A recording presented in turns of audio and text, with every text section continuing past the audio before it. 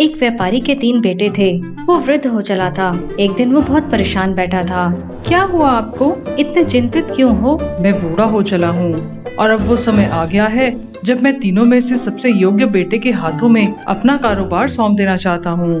आपने सही कहा। पर इन तीनों में से सबसे योग्य है कौन? आप इनकी परीक्षा क्यों नहीं लेते? कैसी परीक्षा? व्यापारी की पत्नी ने उसे एक तरकीब बताई। फिर एक दिन उसने तीनों बेटों की योग्यता की परीक्षा लेने के लिए उन्हें अपने पास बुलाया और उन्हें एक एक बीज देकर कहा, बच्चों, मैं चाहता हूँ कि तुम तीनों इन बीजों को एक एक गमले में लगाओ और 1 साल तक उसकी अच्छी तरह देख रेख करो। 1 साल बाद तुम तीनों अपने अपने गमले को साथ लेकर मेरे पास आना। उससे क्या होगा पिताजी? तुम अपने साथ क्या लेकर आते हो वही देखकर मैं तय करूँगा कि तुम में से कौन मेरे कारोबार का सही हकदार है।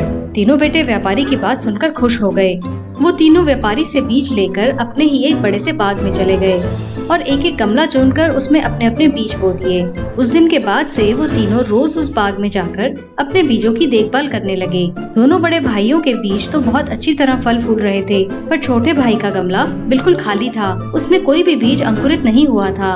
1 साल पूरा हो गया। फिर एक दिन व्यापारी ने तीनों बेटों को अपने पास बुलाया। तीनों अपना अपना गमला लेकर व्यापारी के पास पहुँचे। जहाँ दोनों बड़े बेटे बहुत खुश थे, वहीं सबसे छोटा बेटा बहुत उदास था। जरा छोटे का गमला तो देखो, खाली पड़ा है। अरे हाँ, ये तो बुद्धू है, इसे कुछ नहीं आता। दोनों बड़े बेटों ने बड़े गर्व से अपने द्वारा बड़े किए हुए पौधे व्यापारी को दिखाए। देखिए पिताजी, हमारे पौधे कितने बड़े हो गए हैं। हाँ, और हमने इन्हें उगाने के लिए अपनी जी जान लगा दी। बहुत मुश्किल से इन्हें उगाया है। जी पिताजी। काफी मेहनत की लगती है। लेकिन छोटे बेटे ने खाली गमला व्यापारी को दिखाया। पिताजी, मैंने पूरे साल बीज को पानी दिया, इसकी अच्छी तरीके से देखभाल की, लेकिन ये अंकुरित ही नहीं हुआ। व्यापारी ने तीनों गमलों को देखा और बोला, अब वो समय आ गया है कि मैं तुम सबको बता दूं कि इस कारोबार की भागदौड़ मैं किसके हाथों में सौंपने वाला हूँ। अरे वाह, इस कारोबार की भागदौड़ तो हमें ही मिलेगी। हाँ। दोनों बड़े भाई उत्साहित होकर व्यापारी की ओर देखने लगे, लेकिन छोटे बेटे ने अपनी नजरें नीची कर ली। उसे पता था कि खाली गमला देखकर व्यापारी उसे अपना कारोबार नहीं सौंपेगा।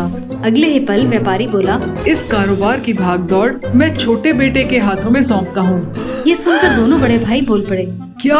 पर क्यों पिताजी? आप ऐसा कैसे कर सकते हैं? हाँ, हम इतनी मेहनत करके पौधे उगा कर लाए हैं और छोटे का गमला तो खाली है। और क्या? फिर भी आपने हमें न चुनकर उसे अपना उत्तराधिकारी चुन लिया। ये तो अन्याय है पिताजी। व्यापारी मुस्कुराते हुए बोला, बेटा, 1 साल पहले जब मैंने तुम तीनों को बीज दिए थे, तब मैंने तुम्हें ये नहीं बताया था कि वो बीज उबले हुए हैं। क्या? उन बीजों से पौधों का उगना तो संभव है ही नहीं। तुम दोनों ने असंभव को कैसे संभव कर दिया?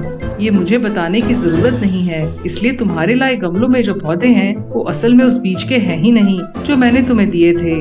तुम दोनों ने झूठ बोला।